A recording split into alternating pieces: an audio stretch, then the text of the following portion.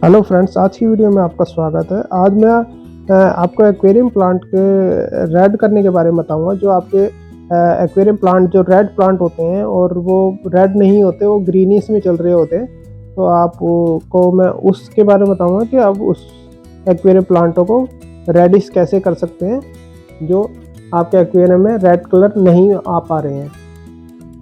तो चलिए स्टार्ट करते हैं। तो पहले आप जानेंगे कि आपके रेड प्लांट होते हैं तो वो रेड क्यों होते हैं। तो आपके जो रेड प्लांट है वो ग्रीनिश में आ रहे हैं और रेड नहीं हो पा रहे हैं।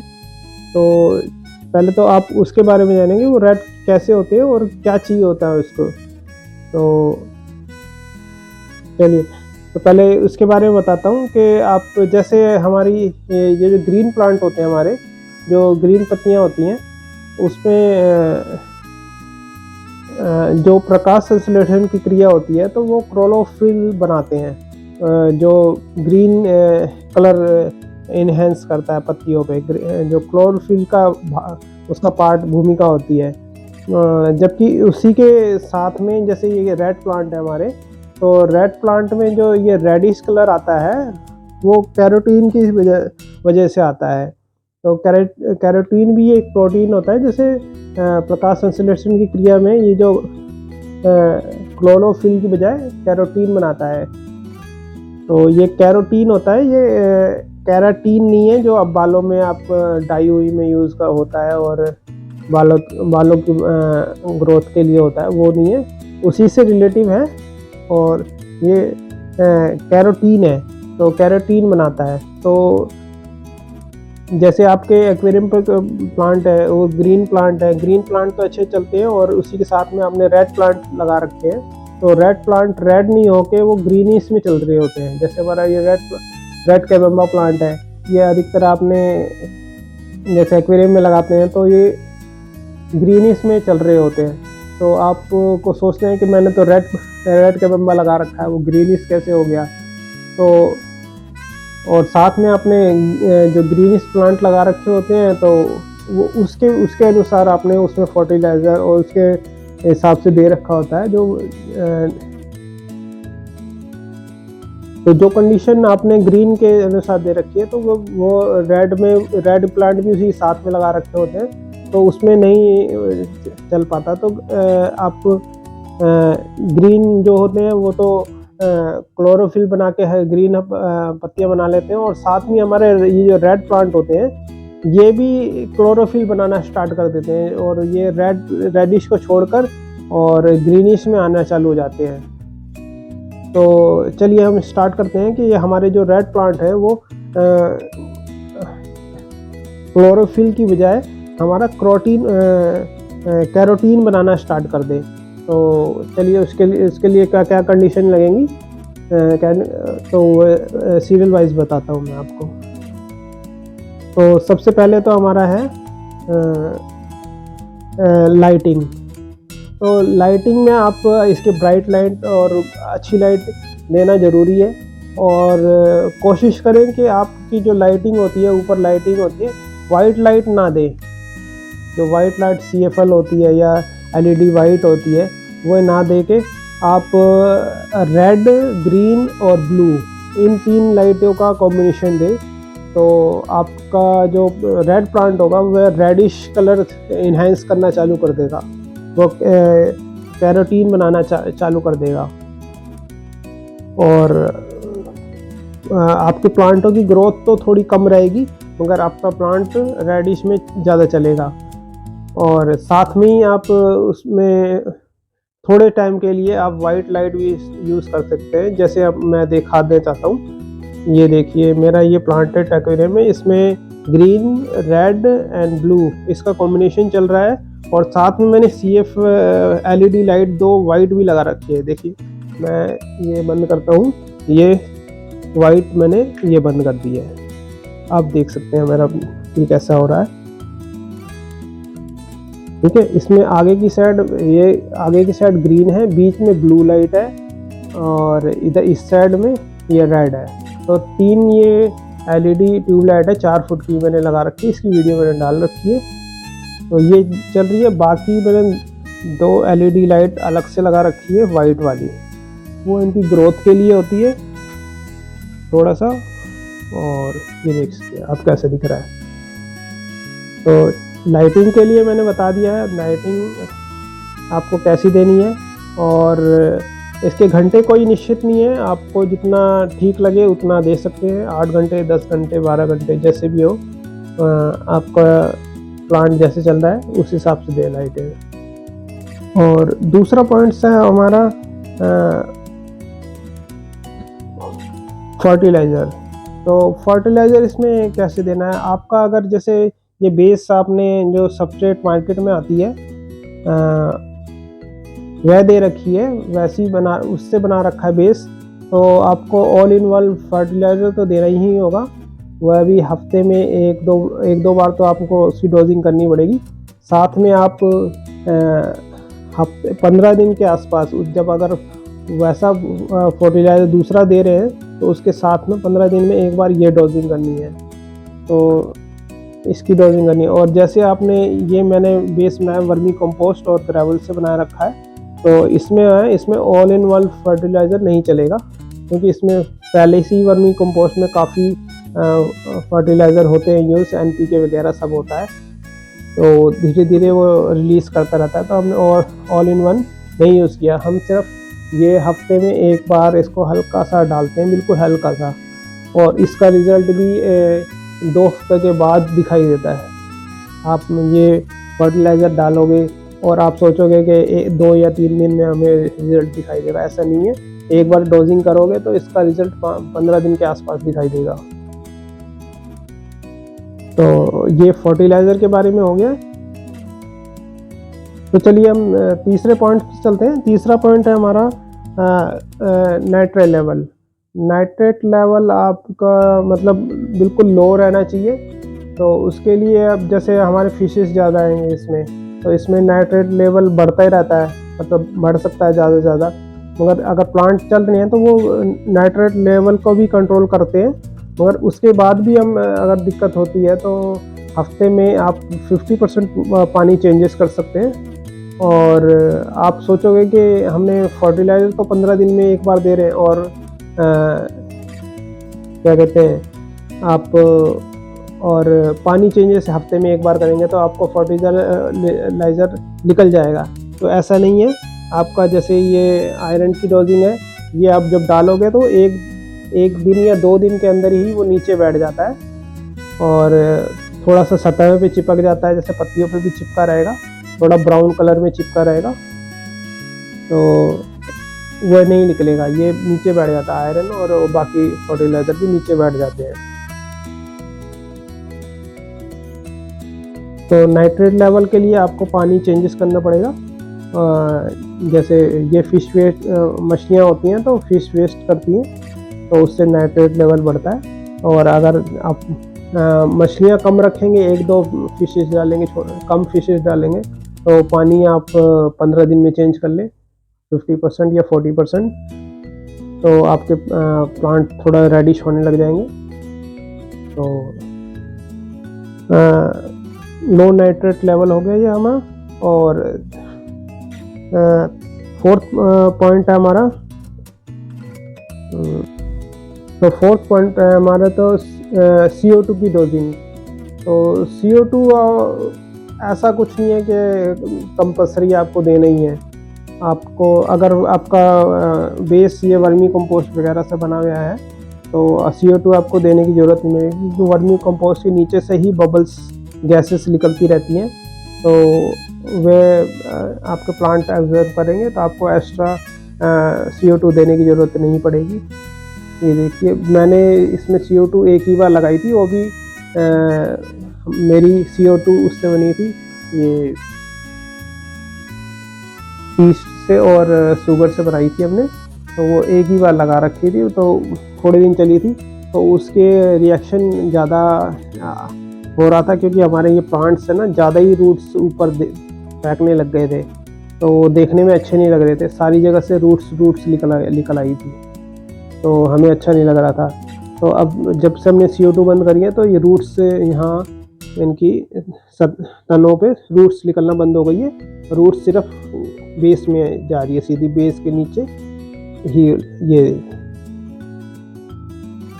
ये बेस पे ही चल रही है, ऊपर रूट्स नहीं निकल रही, जगह जगह रूट्स नहीं फेंक रहा। तो रूट्स ऊपर निकल आती है तो उससे भी दिक्कत होती है। और कोशिश करना है, मतलब कोशिश क्या, मतलब आपका प्लांटेड एक्वेरियम है तो आप ऑक्सीजन की तो बिल्कुल शुरू से एंड तक ऑक्सीजन का या ऑक्सीजन पंप का कोई इसमें रोल नहीं होता। आप अगर रेड प्लांट हो या ग्रीन प्लांट हो, अगर ऑक्सीजन दोगे तो आपके प्लांट डेड होना चालू हो जाएंगे, और रेडनिश की तो बात ही छोड़ दो, तो बिल्कुल रेड नहीं हो पाएंगे और ग्रोथ भी आपकी रुक जाएगी इसमें। तो प्लांटेड एक्वेरियम में आप ऑक्सीजन तो बिल्कुल ही नहीं देनी, क्योंकि पहले ही आपके प्लांट इतने ऑक्सीजन रिलीज करते हैं गैसेस, तो उसको ही निकालने के लिए हमें फिशेस ज़्यादा डालनी होती है। जैसे मैंने इसमें काफ़ी फिशेस डाल रखी है, क्योंकि जितनी ये प्लांट ऑक्सीजन रिलीज करते हैं तो ये सारी ऑब्जर्व कर लेती है फिशेस, और इनका सर्कल चलता रहता है।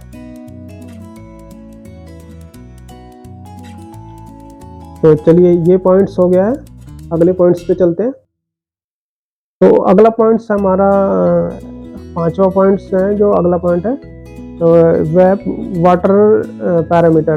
तो वाटर पैरामीटर में वाटर का TDS सबसे मेन है इसमें।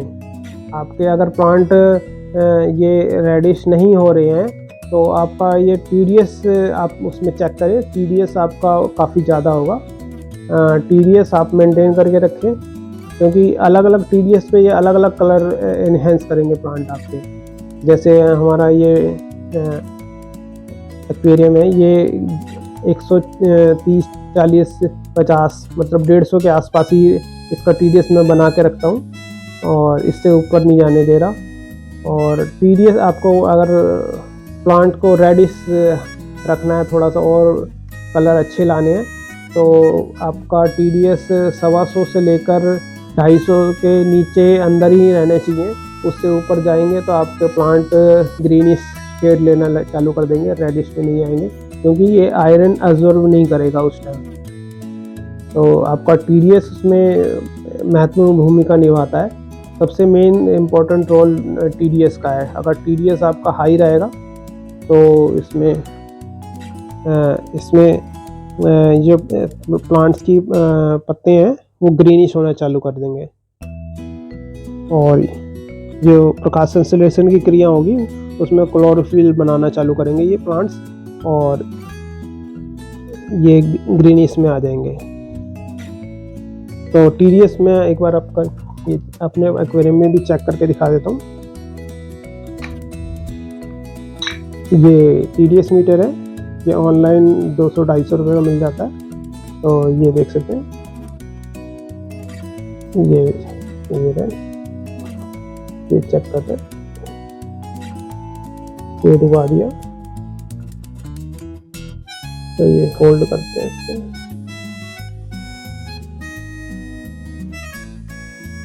ये देखिए, ये 153 आ रहा है ppm।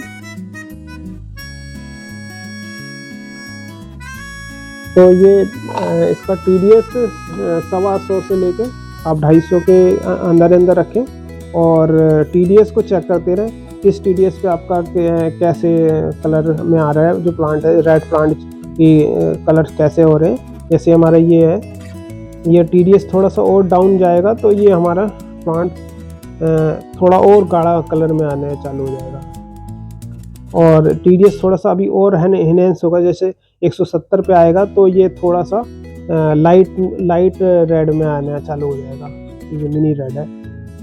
तो TDS का इसमें काफ़ी रोल माना जाता है, क्योंकि ये देख सकते हैं इसमें ये लुडविजिया रेपेंस है, ये भी देख सकते हैं, ये ग्रीन है, ये ग्रीन प्लांट होता है।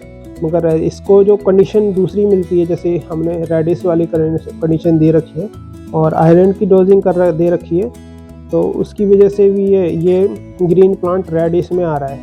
तो ये कई कलर छोड़ रहा है इसमें आपका येलो भी देख सकते हैं आप, इसमें ऑरेंज भी देख सकते हैं, और ऊपर आके रेडिश में आ रहा है। और पत्तों के पीछे की साइड गुलाबी कलर आ जाता है इसमें। तो इसके कलर काफ़ी इन्हेंस होते हैं। और इधर हमारा रेड कमंबा भी देख सकते हैं, ये इसके भी कलर पूरे पहले काफ़ी ग्रीन था, और क्योंकि हमने छोटे जब ये प्लांट छोटा था तब हमने इसमें आयरन की डोजिंग नहीं दी थी, और जैसे ही इनकी ग्रोथ अच्छी होने लग गई, बढ़ने लग गया, तो हमने आयरन की डोज करी है और ये रेडिश में आना चालू हो गया है।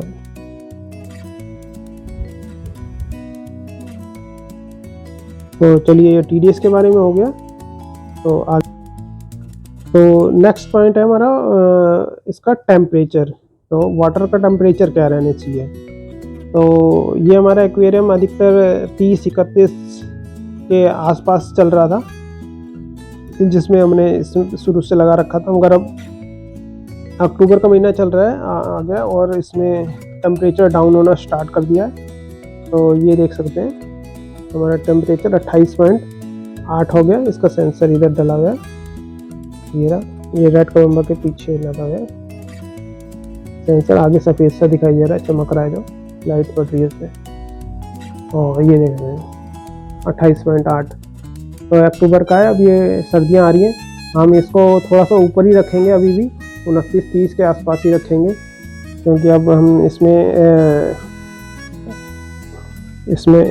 हीटर लगा देंगे। तो टेम्परेचर का भी इसमें काफ़ी रोल होगा, क्योंकि अभी ये टेम्परेचर थोड़ा सा और जाएगा, 26 तक अगर जाता है तो ये कलर थोड़े से और इन्हेंस होंगे इसके।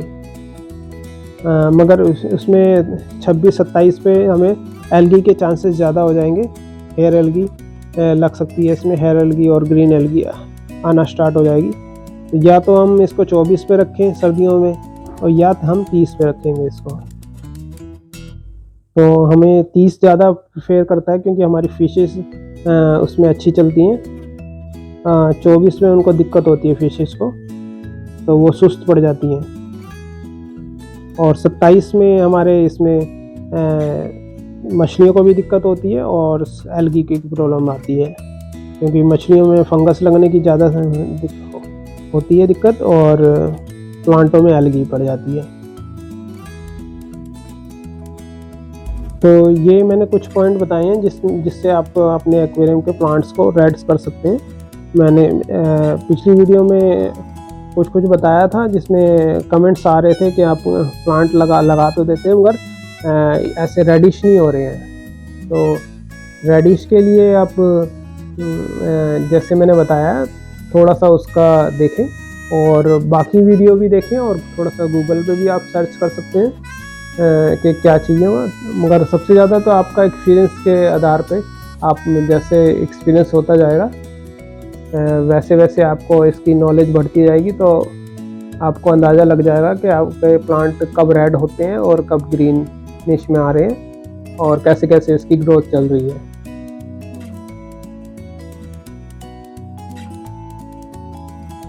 तो फिलहाल आज की वीडियो के लिए इतना ही। इसके बाद मेरी 1-2 वीडियो और आएगी, क्योंकि अभी ये मेरा टोटाला अभी पूरा ऊपर तक यहाँ तक नहीं पहुँचा है, ये अभी और होगा। तो इसकी कटिंग अभी और होगी, तो अभी और पार्ट्स, इसके एक आध और पार्ट्स डलेंगे। और इसके बाद आप इधर मेरा एक और प्लांट है, प्लांटेड एक्वेरियम बनाया है मैंने, ये रेड कमंबा है। इसकी फुल एक ही वीडियो आएगी, अभी ये प्रोसेसिंग में है, चल रहा है।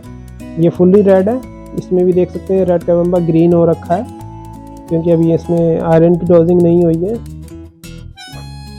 और ये वाला तो हमारा रेडी हो रखा है, पूरा चल रहा है, ये काफ़ी ग्रोथ अच्छी है।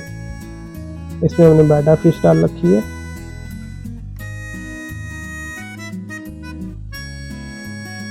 तो इसकी वीडियो अभी आने वाली है, थोड़ा और टाइम लगेगा। तो इसकी फुल एक वीडियो, इसके पार्ट्स नहीं आएंगे, एक ही वीडियो में ये शुरू से एंडिंग तक पूरा है, जैसे हमने लगाया था और कैसे इसका हो गए।